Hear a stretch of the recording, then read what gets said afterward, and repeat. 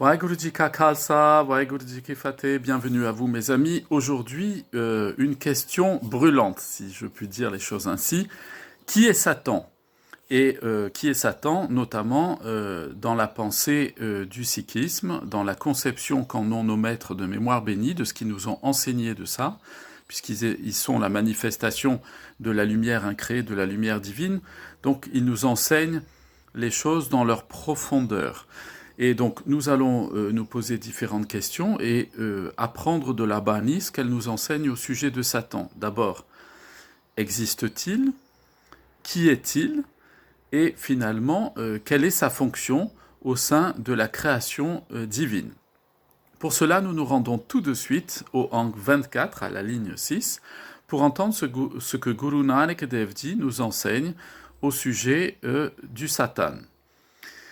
Il est donc indiqué Tikare rake panjakare sati nao setan matkate jai, c'est-à-dire tu peux observer les 30 jeûnes, faire les 5 prières, mais Satan peut les annuler. Ah, donc on va donc tout de suite se dire, tiens, il a une fonction particulière dans le cadre de la vie spirituelle, puisqu'on voit qu'il a la capacité à annuler des jeûnes et des prières. Alors, les 30 jeûnes dont il est question ici font référence aux 30 jeûnes grands jeûnes, si vous voulez, période d'abstinence alimentaire sous différentes formes, qui sont prescrites dans la tradition hindoue, dans l'hindouisme. Je devrais dire dans les hindouismes, parce qu'il y a des courants différents, c'est comme pour l'islam aussi, il y a des courants différents. Mais enfin, on va dire l'hindouisme pour s'entendre.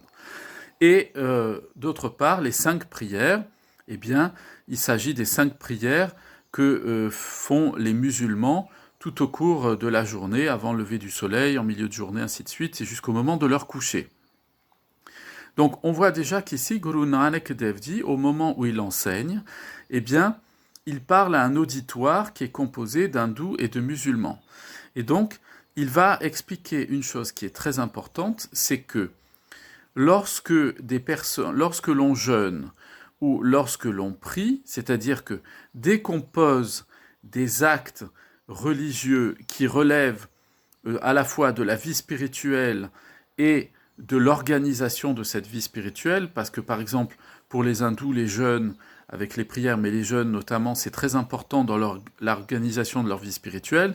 Et pour les musulmans, les 5 prières par jour sont des éléments très fondamentaux, sont des obligations pour chaque musulman. Donc, on peut le dire évidemment, Guru Nanak Dev Ji, lorsqu'il prend ces 2 exemples, c'est parce que dans son auditoire, il y a des hindous et des musulmans. Mais s'il y avait eu à ce moment-là des chrétiens, des juifs ou des personnes d'autres religions, il aurait pris la même référence en disant aux chrétiens, quand vous observez le carême, ou en disant aux juifs, par exemple, lorsque vous observez le jeûne de Kippour, ou que vous faites vos 3 prières par jour. Donc, l'idée à retenir dans la Bani, c'est que lorsque on pose un acte dans notre vie spirituelle, que ce soit par la prière, l'étude de la parole divine, ou des actes qui sont plus personnels, comme par exemple, pour certains courants religieux, s'abstenir de manger, eh bien, Guru Nanak Dev Ji dit, attention, selon comment vous le faites, eh bien, le Satan a la possibilité, non seulement la possibilité, il a le pouvoir d'annuler les rites religieux, les jeûnes et les prières. Pourquoi est-ce que Guru Nanak Dev Ji nous enseigne ça? Parce que il est extrêmement important dans notre vie spirituelle de retenir que si les actes que nous faisons au quotidien dans notre vie spirituelle, nous les faisons comme des actes automatiques, automatisés. Par exemple, si nous récitons la Bani chaque jour, si nous récitons les textes sacrés chaque jour, que nous nous unissons à Vaheguru au travers de Ardas, de la prière, de la prière solennelle, plusieurs fois par jour, eh bien, si nous le faisons comme quelque chose qui est une obligation, ou bien comme quelque chose qui est une routine, nous allons nous retrouver dans une situation de dualité. Comment est-ce que la dualité s'installe dans la vie spirituelle? C'est lorsqu'il y a une dissociation entre la dévotion, c'est-à-dire la ferveur, le cœur qu'on met, la disposition amoureuse de notre cœur à faire ces pratiques spirituelles, c'est-à-dire à mettre en place la prière, l'étude de la Bani, même des actes de seva aussi, de service désintéressé, on dirait en français de charité à l'égard des autres. Si on le fait comme quelque chose d'automatique, si on fait ça comme quelque chose qui est, comment dire, une habitude parmi tant d'autres, c'est-à-dire on allait à toute vitesse, moi j'appelle ça la moulinette, à toute vitesse on débite le nitnem, on débite toutes nos prières, et puis vite, de la même manière, on boit un café, on file au travail, et ainsi de suite, et tout se passe comme ça dans la journée. Eh bien, on va mettre les temps de prière et les temps d'étude de la parole de nos maîtres bénis, on va ramener ça au niveau de la matérialité, c'est-à-dire que ça ne va pas nous élever, ça va nous attacher au monde de la matérialité. Or, le monde de la matérialité, il est né, lui, de la dualité. La Bani nous enseigne, j'aurai l'occasion d'en reparler, que c'est Guru Nanak Dev Ji qui nous dit que l'univers, c'est-à-dire le monde physique, est né à la fois, nous dit-il, de Pap Pun, c'est-à-dire à la fois du péché et de la vertu. Autrement dit, d'une dissociation à l'intérieur du mental qui fait qu'on se met à séparer les choses les unes des autres. Et cette séparation que l'on crée à l'intérieur de notre mental vis-à-vis de la création de Vaheguru va produire en nous un sentiment de distanciation. Et de ce sentiment de distanciation vont naître toutes sortes de choses. Et c'est comme ça qu'on va se retrouver, par exemple, lorsque on est dans la prière, lorsqu'on récite la Bani, lorsqu'on l'étudie, si on le fait par automatisme, par obligation, mais qu'au fond de nous-mêmes, on crée de la distance avec cela, c'est-à-dire que au fond de nous, ça ne nous convient pas. On le fait parce que nos parents nous l'imposent, parce que on a peur d'être rejeté dans le cadre communautaire, parce que on n'a pas une certaine honnêteté vis-à-vis de nous-mêmes dans cette relation-là, et puis peut-être qu'on n'en parle pas, c'est-à-dire qu'il faut en parler, il faut dire je ne sais pas pourquoi, peut-être qu'il faut en parler à quelqu'un qui est un peu plus avancé que nous sur le chemin de la vie spirituelle, et dire j'ai beau faire mes prières tous les jours, réciter la Bani, etc., mais je n'arrive pas à entrer dans ça, c'est quelque chose qui me pèse, qui m'est difficile, etc. Eh bien, plutôt que de faire de la comédie dans ce domaine, ou d'être dans une sorte de contrainte, et au fond de son cœur, au moment où on fait ça, on se dit vivement que ça finisse, vivement que ce soit terminé, que je passe à autre chose parce que j'ai d'autres choses à faire dans la journée, eh bien, on va se retrouver dans cette situation qui est enseignée par Guru Nanak dans ce verset que nous venons d'entendre, qui est que les actes que nous allons poser, qui sont des actes fondamentaux à notre vie spirituelle, vont être annulés par le Satan. Donc, revenons justement à la personne de cet être qu'on appelle le Satan. Il a donc un très grand pouvoir, il est doté d'un très grand pouvoir, il n'est pas Dieu, pas plus que vous et moi, au sens où il n'est pas tout-puissant. Mais, comme vous et moi, le Satan est une expression, une des formes, une des manifestations de Vaheguru. Et donc, Vaheguru lui a donné la capacité d'annuler tout ce qui touche à notre vie spirituelle. C'est-à-dire qu'à chaque fois que dans notre vie spirituelle, nous faisons quelque chose en désaccord, en dissonance profondément avec notre cœur et le fond de notre pensée, eh bien, le Satan arrive et il enlève nos prières, il enlève l'ensemble des fruits, si vous voulez, que porte notre vie spirituelle. Donc il a un pouvoir qui est extrêmement important. Alors je le dis tout de suite, parce que j'aurai l'occasion aussi de faire une autre vidéo là-dessus, il n'est pas Yama. il n'est pas celui qui règne dans Jampur, dans la cité des enfers, ou la cité de la mort, les enfers au sens de le lieu où va l'âme une fois qu'elle a quitté le corps, immédiatement quand elle a quitté le corps. C'est pas du tout ça, ça on le verra, c'est une mauvaise conception des choses, ce sont deux êtres spirituels tout à fait différents. Donc le Satan, il a le pouvoir d'annuler, on dira, tous les bienfaits et toutes les demandes qui résident dans les prières. Donc il peut venir perturber la manifestation de notre vie spirituelle de façon conséquente, et la perturber à tel point qu'il peut l'annihiler, c'est-à-dire la mettre à zéro devant la cour divine, c'est-à-dire dans la présence de Vaheguru lui-même. On continue pour comprendre ce que la Bani nous dit au sujet du Satan. C'est cette fois-ci au Hang 708, à la ligne 2, et nous y apprenons Pinpure Gurdev Fire Setania, c'est-à-dire sans le divin gourou parfait, qui est parfait,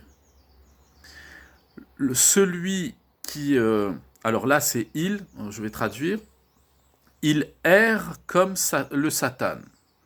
Donc ici il s'agit de la personne qui, dans l'être humain, qui dans sa vie n'oriente pas son existence dans le sens de son évolution spirituelle, de sa libération spirituelle. Et donc, dans ce sens, Guru Arjan nous dit ici que s'il n'a pas l'instruction divine, c'est-à-dire qu'un être humain, quand il ne connaît pas la révélation de Dieu, la révélation de Vaheguru, du Seigneur suprême, eh bien, il va se retrouver à errer comme fait le Satan. Donc, on apprend une autre chose ici, nous dit la Bani, c'est que le propre de la nature du Satan, c'est d'errer.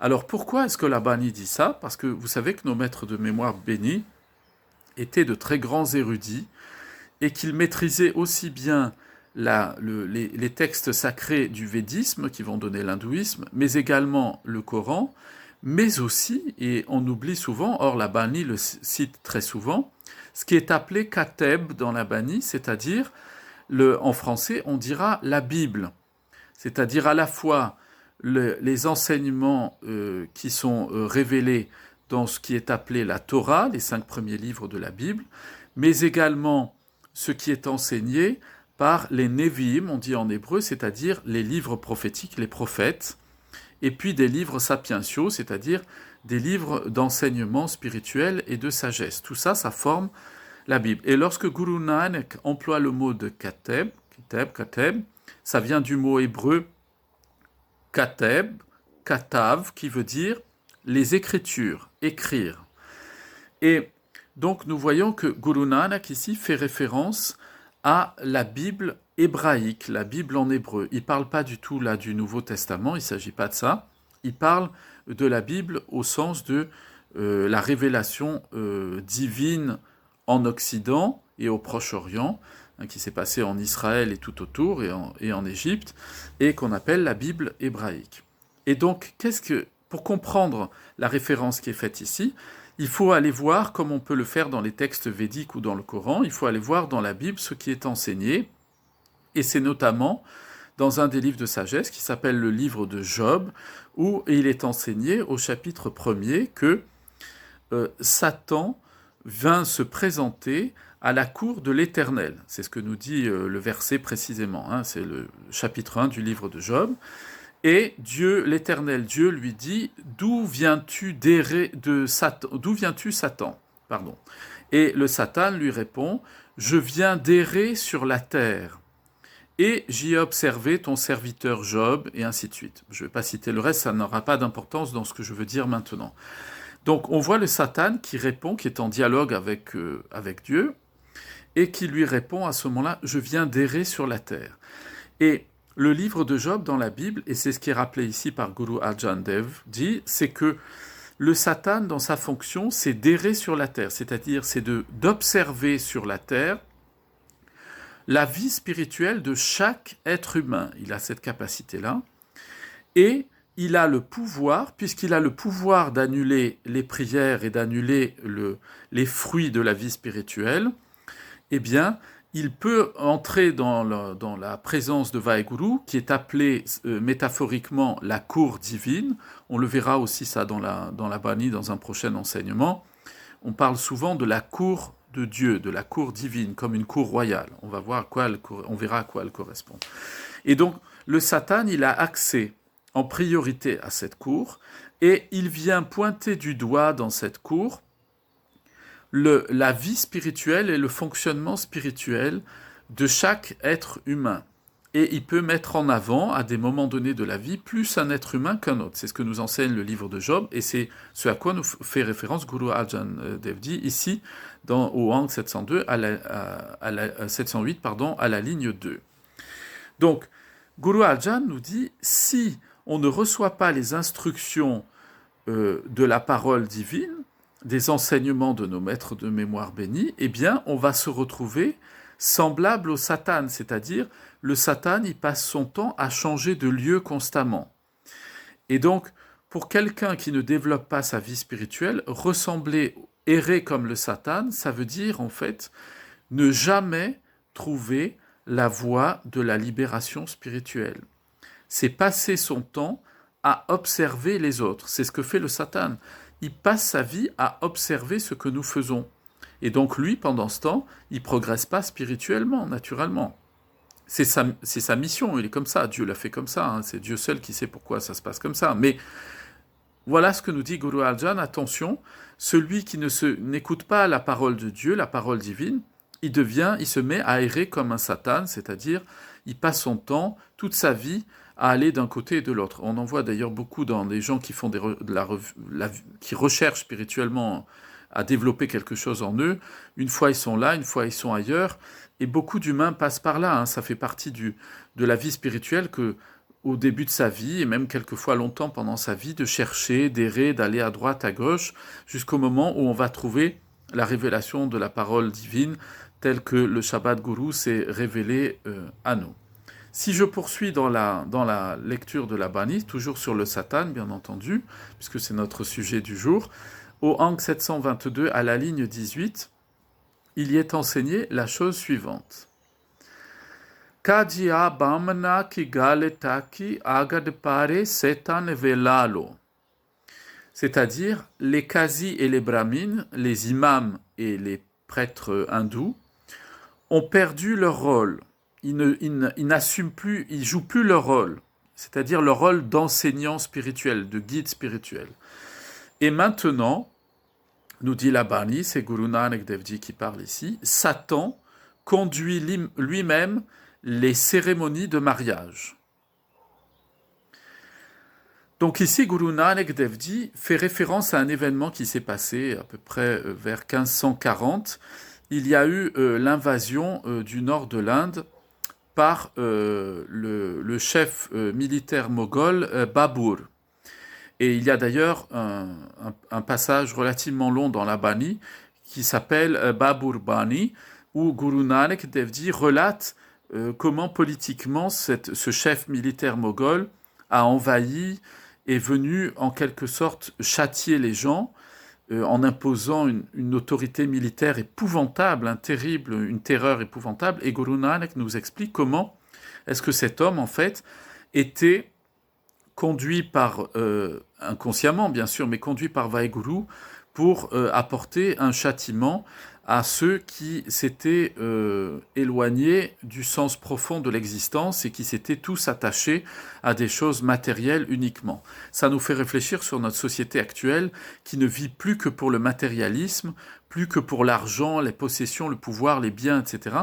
Donc, se dire qu'attention, voilà, à tout moment, l'ordre de la nature peut être rétabli et il peut y avoir comme ça des sanctions qui arrivent par le biais de la nature et le cours de l'histoire, où Vaheguru vient remettre en ordre sa création que les hommes ont désorganisée par leur dévoiement spirituel. Et donc ici, Guru Nanak fait référence, dans ce Angle 722, ligne 18, il fait référence justement à cet épisode historique qu'il a connu, hein, qu'il connaît bien puisqu'il le décrit, donc à cette invasion par Babur. Et qu'est-ce qui s'est passé à ce moment-là? Eh bien, on s'est aperçu que, au moment où c'est arrivé, Guru Nanak s'est aperçu que les imams et les brahmines, les prêtres hindous de son époque, et ça aurait pu être le cas pour d'autres personnes, hein, d'autres chefs religieux, d'autres communautés, ça l'a été sûrement, eh bien, ils n'assuraient plus leur fonction, c'est-à-dire qu'ils n'aidaient plus les gens à grandir spirituellement. Ils servaient leurs intérêts en faisant un business avec la vie spirituelle et avec le monde religieux. Et donc, Guru Nanak Dev Ji dit qu'est-ce qui s'est passé à ce moment-là? C'est le Satan lui-même qui s'est mis à célébrer les mariages, à conduire les cérémonies de mariage. Qu'est-ce que ça veut dire en fait?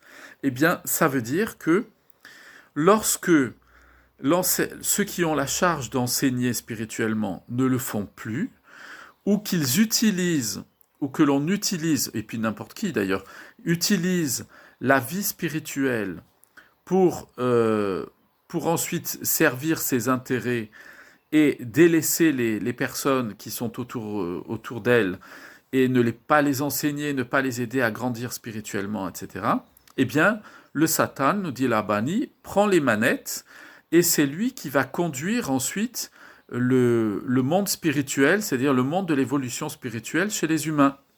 Alors vous comprenez bien que la fonction du Satan étant une fonction de justice et d'autorité, hein, c'est une fonction, j'allais dire presque militaire, il est là pour rétablir de l'ordre et pointer du doigt ce qui ne va pas, il a une fonction d'accusateur, parce que c'est important, il faut que je m'arrête pour le dire. Satani ici, Satan, dans la Bani, vient du mot donc Satan, en hébreu, qui signifie un adversaire, un accusateur, celui qui pointe du doigt dans un tribunal pour accuser, vous voyez, le procureur en fait, si vous voulez. Et donc, sa fonction, c'est pas de faire du mal aux gens, sa fonction, c'est de pointer du doigt au sein de la cour divine devant Vaheguru, de dire voilà, celui-ci fait ceci et tel autre fait cela. C'est lui seul qui peut faire ça, c'est sa nature, Vaheguru a permis qu'il soit ainsi. Donc, on voit que le Satan a la possibilité aussi de prendre les rênes, de prendre la main sur les rites religieux et sur la vie spirituelle. Donc vous voyez, il a un pouvoir très fort d'influence sur la vie spirituelle des humains. Si on poursuit, on avance dans notre lecture de la Bani, au Angle 790 à la ligne 2, il est dit « Siftisare na janni sadavase setan » c'est-à-dire, c'est Guru Nanak à nouveau qui parle, qui dit « Ils ne connaissent pas ceux qui ne connaissent pas la valeur des louanges du Seigneur suprême, la valeur des louanges de Dieu, eh bien, le Satan est constamment avec eux, il vit avec eux. » Donc là encore, vous voyez, c'est très lié au développement de la vie spirituelle. C'est que les personnes qui ne développent pas une vie spirituelle, au sens où ils ne développent pas dans leur cœur la ferveur. Qu'est-ce que c'est la ferveur ou la dévotion? C'est une manifestation d'amour intense à l'intérieur de soi à l'égard du Seigneur lui-même, à l'égard de Vaheguru lui-même. En fait, c'est être amoureux de Vaheguru. Si on ne développe pas cet amour divin à l'intérieur de nous, eh bien, on se retrouve accompagné au quotidien par le Satan, c'est-à-dire que c'est lui qui va conduire notre existence. Et c'est comme ça qu'on voit beaucoup de personnes qui disent « je ne comprends pas, j'ai prié, je prie, je fais ceci, je fais cela, je suis allé là, je suis allé me baigner à tel endroit pour me purifier, des tas de choses comme ça, et ça ne fonctionne pas, ça ne marche pas dans ma vie, etc. » Oui, pourquoi? Parce qu'à un moment donné, dans ta vie spirituelle, il y a aussi le Satan qui est là, et lui, il a des droits sur ta vie spirituelle quand elle n'est pas remplie de dévotion, quand elle n'est pas remplie de prem, d'amour pour Vaheguru.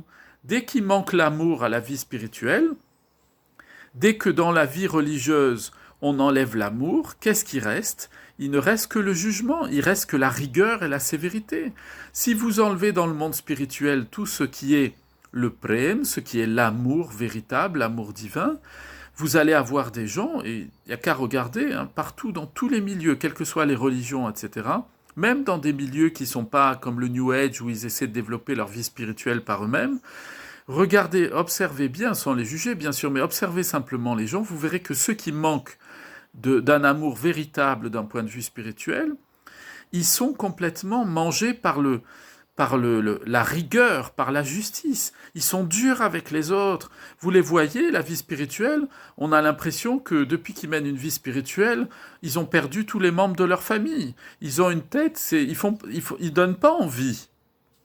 Or, la vie spirituelle, c'est ça. Elle a pour source à la fois le prem et le santok. Elle a à la fois comme source vraiment l'amour et la félicité intérieure, la satisfaction, le contentement intérieur.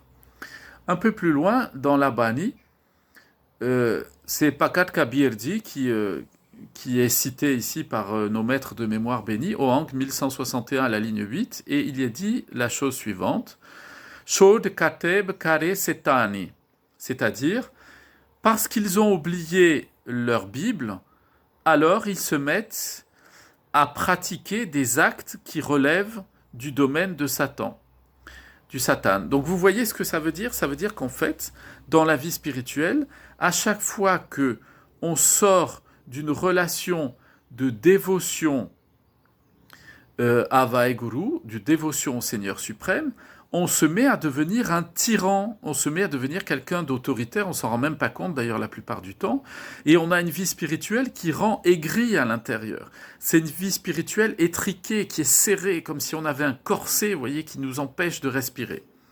Et enfin, dans la Bani, une autre occurrence encore du mot Satan, et on le retrouve cette fois-ci au Hang 1245 à la ligne 6, où il nous est enseigné, c'est Guru Nanak Dev Ji qui parle encore ici, et il nous dit Nanak ake rahu eu ore galan setan, c'est-à-dire ainsi dit Nanak, voici quel est le chemin véritable, tous les autres conduisent au Satan. Alors, à quoi fait-il référence ici? À quoi Guru Sahib fait-il référence ici? Il dit que le chemin véritable, il enseigne juste au verset précédent que la sagesse ne réside pas dans le fait de lire des tas de livres. Et moi, je le vois depuis des années, des gens qui lisent des livres, ils savent, d'ailleurs, quand on leur dit quelque chose, ils disent oui, non, mais ça je sais, ça je sais, ça je sais. Mais quand concrètement dans leur vie spirituelle, il n'y a rien qui est mis en pratique. Ils savent beaucoup avec la tête, mais c'est pas descendu dans les pieds, vous voyez, c'est pas devenu du concret. Ils planent, ils sont dans la stratosphère de leur mental et ils n'arrivent pas à redescendre sur terre. Or, la vie spirituelle, c'est ce qu'on a dans le man à un moment donné. Quand c'est purifié, ça doit descendre jusqu'aux pieds, ça doit se manifester dans le corps. Et Guru Nanak donc dit dans le verset qui précède, la ligne 5, il dit ce n'est pas la sagesse. La sagesse, elle ne provient pas de la lecture des livres, elle provient du seva, elle provient de la charité, c'est-à-dire des actes désintéressés. C'est-à-dire qu'on doit voir la sagesse, elle se voit dans la vie quotidienne de la personne qui mène une vie spirituelle, pas dans ce qu'il raconte.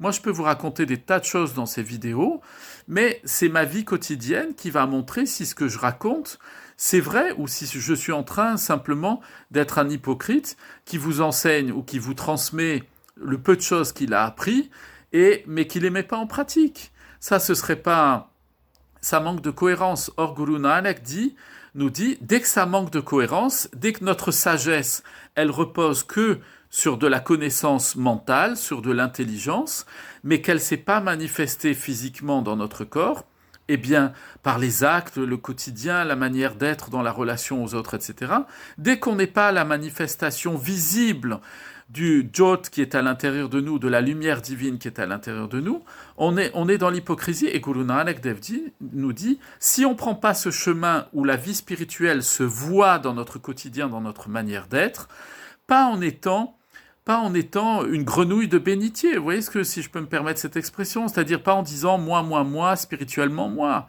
C'est en vivant par l'exemple, on n'a même pas besoin d'ouvrir la bouche, c'est par l'exemple. Eh bien, Guru Nanak dit, si ça ne se concrétise pas dans votre vie, la vie spirituelle, alors tout le reste de ce que vous faites ou vous croyez être spirituel, en fait, c'est le chemin du Satan, c'est-à-dire vous êtes dans le monde de la justice, de la rigueur divine, dans le monde des gens qui vivent avec l'aigreur en eux, les nerfs. Il faut toujours. La vie spirituelle, pour eux, c'est quelque chose d'étriqué, de contraignant, vous voyez, il faut souffrir dans la vie, il faut avoir des épreuves. C'est des gens qui sont comme ça, qui se mettent dans l'idée qu'il faut souffrir pour obtenir quelque chose. Mais ça, c'est les masos, mes amis. C'est pas la vie spirituelle. Donc la vie spirituelle, nous dit Guru Nanak Dev Ji, c'est l'incarnation de la sagesse dans notre quotidien. C'est de la sagesse qui va dans les pieds, c'est-à-dire dans le domaine physique, et pas qui reste à planer dans notre mental.